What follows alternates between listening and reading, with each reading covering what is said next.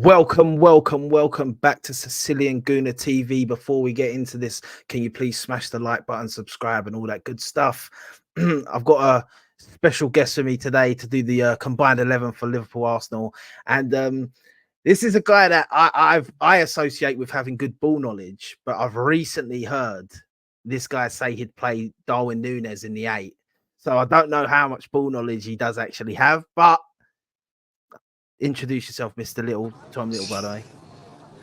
Good to be. I stand by that, by the way. I reckon you could Joel in a fine Núñez, and then you got a really solid box-to-box midfielder there. If it doesn't work out up front, which it hasn't done for 3 years, just chuck him in the midfield. It can't go that bad, can it?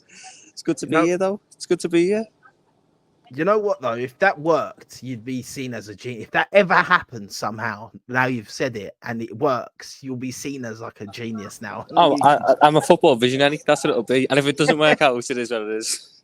Do you think your manager would ever do that, though? I think if the injury crisis got bad enough, he might do, you know. If we lost all the midfielders at some point, he might just chuck Núñez as a 10 or an 8 and go figure it out. All jokes aside, I see where you're coming from. I do see where you come from with it, because I do understand what you're saying. All his attributes going forward are decent apart from finishing. So if you put him in the 8, his attributes, the amount he runs going forward, and that would he relies on passion. And I saw it against Chelsea, and you see it a lot with him. When he's having to do these track and backs and battling in the midfield for stuff, he gets himself going, and then you get a good performance out of him.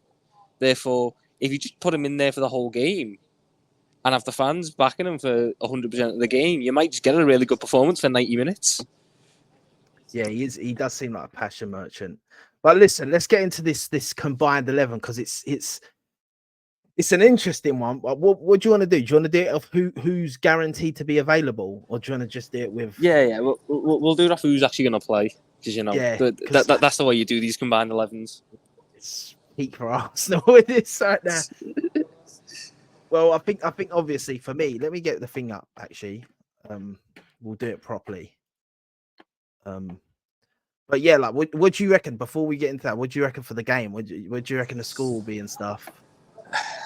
It's a weird one because of the injuries you've got and who might not be available and how Arteta might play that off it. I've said 2-0. I want another clean sheet. I like clean sheets, and now that we're getting them more commonly, that they don't lose their value. So I'd like to say 2-0. It'll probably be closer to a 2-1 though. Yeah, do you know what? Like, there's a part of me that thinks. There's a part of me saying, like, sometimes when these injury crises happen and you have a big game, a performance can really come out of a team like that you don't expect. I remember last season, what was the one where and it's why I've actually said that I'm not against starting Skelly left back for Arsenal if we've got the injuries there rather than Zinchenko, because I remember like last year, I can't remember who it was you're playing, but you put that Conor Bradley fullback and he just started. It was against you. It was against us, wasn't it? In the cup, yeah, he came on for the last 15 minutes after Trent went off injured, and he pocketed Martinelli, and then he just rode that confidence, and then he played against Chelsea in the league where he scored, and that's the one I was thinking. He flew off Chelsea from that. One.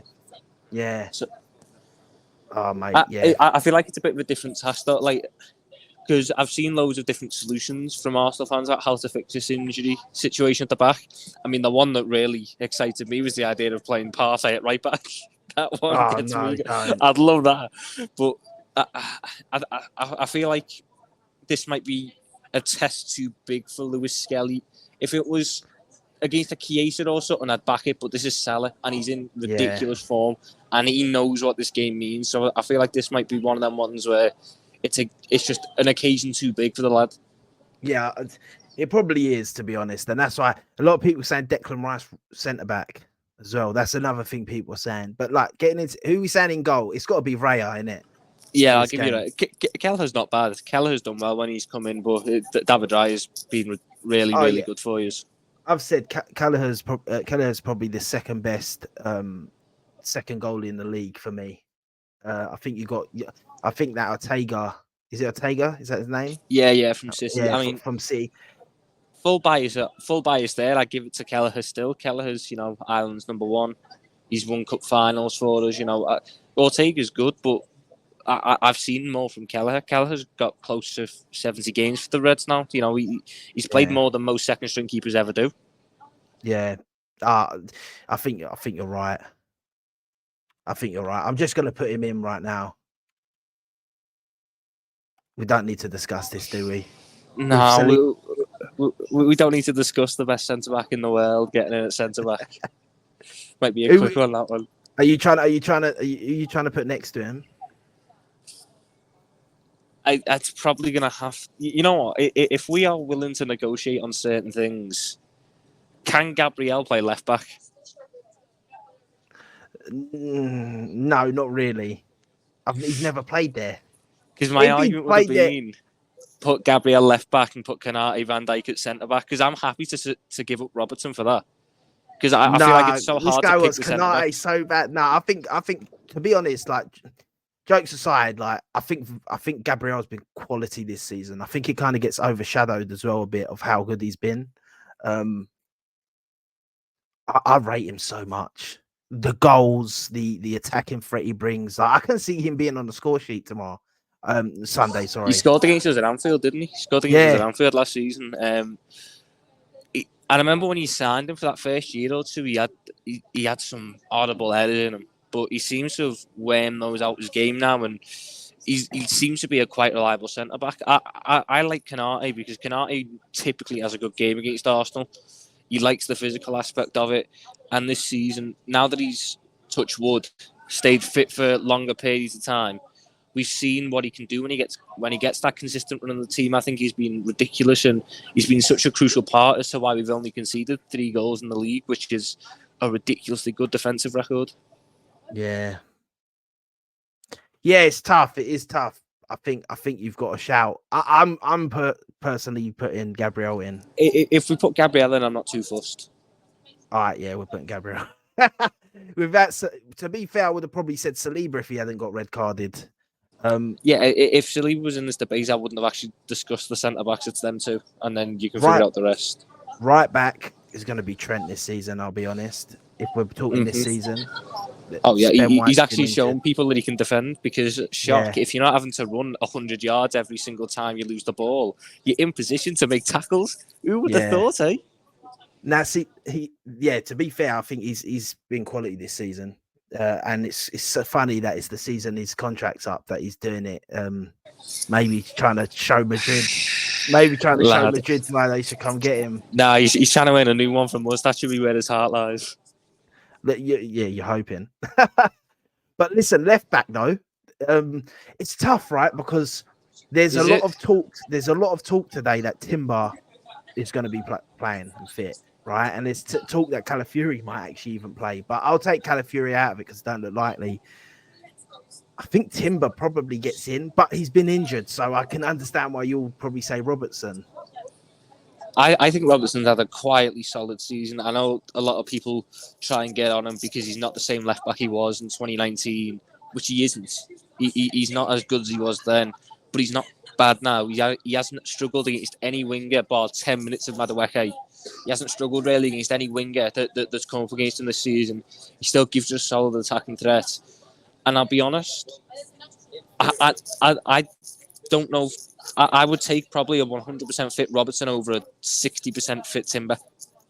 Because I feel like Robertson gives you just a little bit more there. To be honest, Timber being 50% fit is what's made it a debate. Because if this was Robertson or Zinchenko, I wouldn't have even talked. It would have just been put my left back in and we'll move on to midfield. Yeah. I'll give you him because of our injury. This is showing how bad our injuries bloody are. The midfield, we cannot argue. We can't argue about 2, I think. Obviously, Gravenberch is in there. I mean, I think the 3 is pretty simple. Go on. We're sure 3. Gravenberch, McAllister, Rice. See, now, it's funny because maybe McAllister due to positions, but I will say another person who's had a quietly solid season is Partey. I'll be honest. I think he's been quality this season. And I think, listen, Gravenberch, he gets in. I think Rice gets in straight away. I think Rice has also had a quality season and people sort of like just undermining it because it's the standard with him. The last one, it's hard, but is McAllister fit as well? Yeah, McAllister's fit. He started in midweek, so he'll be fit and going into this game. I can't look past McAllister because even if I'm doing it logically, we've got 2 DMs there. I can't. I'm not Arteta. I'm not playing 3 DMs in midfield. You know what? Because you're the guest. Because you're the guest, I'll give you McAllister.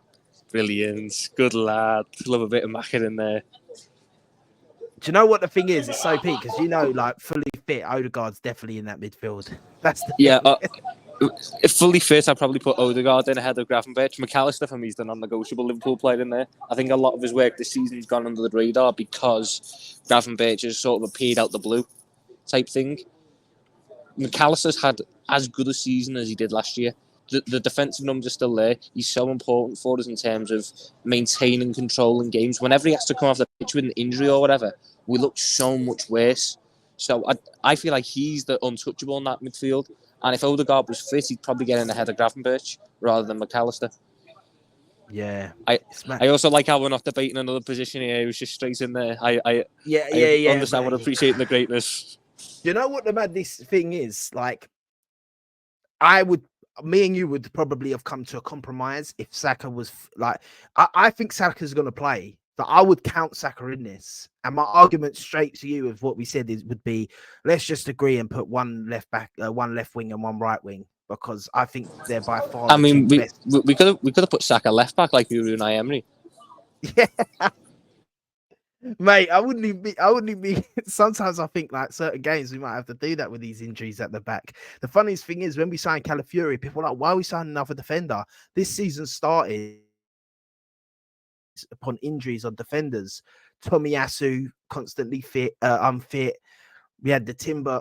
I knew Timber this would happen because he come back from an ACL missing a whole season, and we know that when a player's missed a whole season, they normally get these little nicks through the start of the season when they come back that it all happens. So, but it's just now the Calafiori one and that it's just been nuts. So striker, I think there was a debate, but there's not a debate no more. You can have Havertz. I'll give you Havertz. There would have been a debate if Jota was fit, because I think I'd still give Havertz this season. I think Jota has been adapting to a bit of a new role, and that's taken away from his goal scored, which he's more renowned for. I still think he's a better finisher than Havertz, but off this season, I think Havertz probably gets in. Now, on the left... On the left, are we going for the third top scorer in the Premier League here? See, here's the thing, right? Here's the thing, yeah? Because if we're talking simply on the stats of the season, you get him, right? I'd argue that we could put Saka on the left because I think he's going to be fit for the game. But if we don't want to do that and we're saying he might not be fit, I even think there's a shout for Martinelli. And there's a couple reasons why. One, the last few games, if we're not talking the whole season, we're going into this game, I think he's been quality. Even in the midweek, he was probably the only good player in that Champions League night for us. Definitely in attack. I think there's even a shout for Trossard to be in there. And the thing is with Martinelli, he, like what you said about Konate, he always plays well against you lot. He always plays good against you guys. And you know it's true as well. And that's why Jurgen Klopp always loved him, because every time he seemed to watch him play you guys, he sort of ripped you. So I'd argue Martinelli to go in there on current form, not the whole season, but current form. And I think Diaz has actually slowed down. I think he started very well. And I think the last few weeks he's actually slowed down. And I think even Gakpo started over him a couple of times now, right? Yeah, Gakpo started the last couple of games, but that's really because Diaz was coming back from South America on international duty, and he only got back on the Friday and we were playing on the Sunday. I know what threat Martinelli is. He's had many good games against us, but if current form is 3 games, then Gakpo's got an argument to be in there, because his current form in the last 3 games has been a bunch of assists, and like you've got that. I just can't look past Diaz this season, and this is coming from a man who doesn't even really like Diaz because he doesn't think the end product is there. But this year, with Robertson's drop-off in attacking quality, Diaz has ended up having to do a lot more of it, and he's shown that he can be that more complete winger. Plus, yeah, Martinelli, there's still the element of inconsistency there with me. I feel like last couple of games has been good, but I felt right at the start of the season there was the same problems as last season. Whereas the drop off Diaz has had in recent weeks, I wouldn't say is through any fault of his own. More so, the games where we've had to attack have just been down the right, and that's where the 1v1 matchups have been. When we start focusing on Diaz and trying to use him as the attacking outlet, you get games like Bournemouth where he gets 2 goals and is undoubtedly man of the match. But in recent weeks, obviously, like the Chelsea game sticks out. With them playing Gusto at left back, the obvious matchup was going to be put Salah there and put him 1v1 with an actual right back at left back. I feel like this game, which is why the idea of Partey at right back intrigues me, this would be a game where we'd focus the ball to Diaz, and you'd see the quality that he's shown this season. And it's close, but I'd still give the nod to Diaz. Do you not think Trossard has a shout in there? Why we're putting number 10s on the left? Oh, but he's a left. Here we go. You know what the mad thing is? If I put Diaz in here, we've put only 4 Arsenal players in. But if it is off current form, it's the injuries that are doing you in. Yeah, to be fair, like I'm not gonna lie, we would have like Saka here. We'd have Saka here. A fully fit one. You'd have Raya would be out for Alisson, but you'd get Timber at left back. You'd have Saliba instead of Gabriel. You'd have Odegaard instead of Gravenberch. It'd be closer to a 6-5 split. But right now, it's just certain injuries and impositions. I was getting a nod. Go on, look, you got him. Listen, the crazy thing is, right, is when you're looking at this, you must. I don't care that it's at the Emirates. I think you guys really have to win this, man. Like, I think that if you want to, I'll be honest, yeah. If you lose to us, not a draw, I'd say if you lose to us, that will confirm to me. I think you can't win the league this season. And I know that's mad. I don't think it would. Do you know what I think it would? Because you've got a chance now.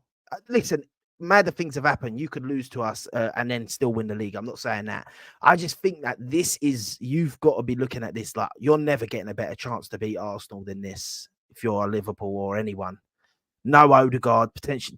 I'm talking if this is if we've got a Saka, Timber's back, that changes things a bit. But I think if we've got no Saka, no Odegaard, no Timber, no Calafiori, no Saliba, like you've got to be beating us. I know it's at our ground and stuff, or at least if it's a draw and we cheesed it sort of thing, like you're all over us and we defended, got a goal, maybe you get one back and it's a 1-1 draw. That's a bit different. But I think if we beat you, I don't think it's it's great for you guys, to be honest, like with all the injuries out. Now, if we've got Saka back and Timber and that, then it all changes the narrative again. But I just think that would just show why you're not ready yet to win the league this year if you don't. And that's coming from us. Like, once again, I think if we lose this game, it could be curtains for us as well. I don't think it is, because I think we've actually, because of the injuries, we've got enough from last season, what I see.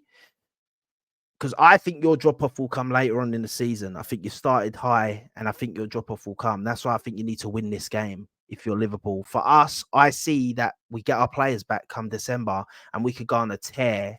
Definitely if you see our December fixtures, like when everyone's got tougher Christmas fixtures, which is when a lot of teams sort of fumble, we've got a lot of easy teams. If we get all our injuries back, and we go on a tear, which I know we can now do because I see it last season in the new year, how we lost one game. Yeah, we won every game in the new year, bar one against Aston Villa. I think we're still in it. But what do you think? You don't think you have to win this? No, I've seen last year Man City won the league despite picking up like 3 points against us and you. And when they played us at Anfield, we had a massively injury-ravaged team. We were missing 2 of our 4 world-class players. We had Quansah starting at centre-back with Bradley at right-back. It was an academy lineup at best in the defence, bar Van Dijk, and we dominated that game. And I feel like this is game 9. Is it 8 or 9 of the season? I can't remember. Game 9. No. There's 29 more to go after that. Crazier things have happened. It will be a blow, 100%, because of the injury problems. We would want to go there and get a result, but if we lose narrowly and on another day it could have went the other way. I'm not going to lose my head about it. I'm not going to think that it's over for us. In the same breath, I don't think we'll lose. I feel like our defence and our defensive structure means games like this are different to last season. Last year, I would have backed us to still get something because we'd overexpose ourselves because you're weak. And even though you're missing certain players, you can still set up in a really strong, deeper block and frustrate us. Now we'll just match us at it and we'll frustrate each other and take the point. And at the end of the day, regardless of context, regardless of situations, I'd take a point at the Emirates every day of the week. So yeah, I hear that. I can see that. I can see that argument. I don't see us losing, but if we do lose, it's not the end of the world. Crazier things have happened. Yeah, of course. But it's really peaked for us, man, because of that Bournemouth game last week. It's not what we needed really going into this game. It's like it's really made this game kind of like tough. Like, it's mad to say that if someone come to me right now and said you get a draw, I'd be tempted. I'd be real tempted to take it, purely for the fact of the title. You should be biting the hand off for that. Yeah, because I just think with the league, what I'm looking at, forget bragging rights of the game or anything. The league, us not letting you get further ahead of us. I know City get ahead, but not letting you get further ahead of us is better. You can't go 7 points behind. You can't go 7 points behind this early. It's such a morale hit. It's not season over, but it's such a morale hit to be this far behind already. Yeah. The only thing that helps us with that morale hit, in my opinion, is the fact that the players can look and think like we've got injuries, and then these injuries come back and it will boost that little morale hit. But we have got Newcastle and Chelsea following this game. So it's nuts. Like you've got to avoid the spiral. You've got to make sure that you just don't spiral and throw away the season in a month, because it can happen. It's peak because the injuries we've had is actually ridiculously peak. Like, missing Odegaard for all that time for me is like anyone struggling with missing, like, because I'd argue that, all right, cool, people would say Salah and Saka are the two, but I think Odegaard's as pivotal to us as Saka in attack. I don't. Now we felt last year. Jesus Christ, the injuries we had last year. We went into that Emirates game where we lost 3-1. No Salah, no Szoboszlai. Trent Alexander-Arnold was like 20% fit and had to play because Conor Bradley was on emotional leave. And throughout the second half of that season, Salah missed 3 months. Alisson was missing games. The only guy who actually stayed fit for the entire season, there was two. One of them was Diaz, and his dad was kidnapped halfway through the season, so we had to miss a couple of games for that. And Van Dijk, everyone else missed at least 6 games through injury. So this is the first one that Arteta's had to experience. But I knew this was coming for Arsenal because you hadn't really had something like this. But it adds up on the legs. And something was brewing. 2 years with relative luck. We had the same. 18-19 and 19-20. Barra Joe Gomez leg break. We didn't really have any major injuries. And then the next year, everyone got injured because it adds up on the legs. It's peak as well, because when you look at Arsenal's fixtures as well, the start of the season was such a tough fixture list for us, like ridiculously tough. And it's all come then. But the only thing positive to that is you can then get like fixtures pile up of like more winnable games, get your players back and just go on a tear of win. But then you are relying on other teams. It would just mean now we'd have to, if we lose this game, it'd mean we have to beat you at Anfield. We'd have to come and beat you at Anfield. And yeah, you're not doing that. You don't know. By the time we play you near the end of the season, more towards the end of the season, so you never know what, like, tides might turn and you might have a few injuries and we've got all our players back. You never know. But big 6 at Anfield, we're not losing. I can promise you that. It's one of the games that Anfield will be up for. Like I said, last year I watched a back line of Bradley, Quansah, Gomez and Van Dijk forced Kevin De Bruyne off the pitch inside 55 minutes because he was having no effect on the game. Like, it's a different animal. Yeah. That's what I'm hoping. This is what I'm actually... We'll end it on this because I know you got to go. But that's the only hope I have for this game as well. One hope I have for this game as well. Being at the Emirates, the crowd get up for it. will on the boys. Everyone knows that we got these injuries. They fight for it and that. Because I know we can. What, like you, I know we haven't got Saliba, but as long as if Timber's back, especially, we've still got quite a solid back line, right? So for me, it's possible to still keep you out. You haven't got Jota, which is to me massive. People are like, why would you be Jota against Arsenal? You'll know, different beast. Yeah, it'd score. He would have scored tomorrow if he was playing 100%. I would have put money on it that he would have scored against us. I'm more, sometimes I'd argue I'm more fearful of him against us than Salah. That might sound crazy, but it's just Jota just somehow always scores. It's ridiculous. Salah's someone where I think that there's days where I've watched him against Arsenal and we've actually locked him up. And that Tomiyasu, is if you play Tomiyasu, he can handle some of the best left backs the Premier League's ever seen. But out of position, Tomiyasu, he can't get a handle of him. Could an out of position Kivior do the same? Who knows? Maybe it's that. Maybe it's that centre back. No. Tomiyasu though, man, he's injured, so you ain't got to worry about that. But yeah, listen, cheers for coming through, bro. I know you're happy because you got your majority of your team in there. I got the boys I wanted in there. I'm happy with that combined 11. Fucking hell. Arsenal fans are gonna be crucifying me, bro. Why didn't you fight more for our players? But to be honest, I can't right now. You're sitting top of the league. We've got all these injuries. We would have been fighting if there was if there was Saliba available and stuff, and things like this. But they're not available. So at the end of the day, you have to call a spade, and you've got more players right now that get into the team. So yeah, listen, enjoy your trip home. I know you're stuck at the train station. The worst train strikes in the UK. If people were watching this and they ain't in the UK, the train delays and strikes or whatever it is in England, they're always a pain in the ass and they always come at the worst times. But bro, tell people if you've got anything going on, tell people. I don't know what I've got going on, but make sure you drop a subscription to my channel. It's in the description, by the way. I appreciate that. I will be doing a match reaction for this game at some point, and how sober I will be during that depends very much on the game. And you can catch me all around the places on like the Terrace and Footy Judge Mo and Hassam and all that. You know the places where you'll go and watch reasonable football content, like Darwin Núñez in centre mid. Yeah. And on that note, people, like, share, subscribe, all that good stuff. Subscribe to Tom's channel. It's in the description. Remember my saying, everyone, and I hope this is the saying that we can be saying on the weekend: eat pizza, eat pasta, Bakayo, blood clot, Saka, Sicilian Gooner. Peace.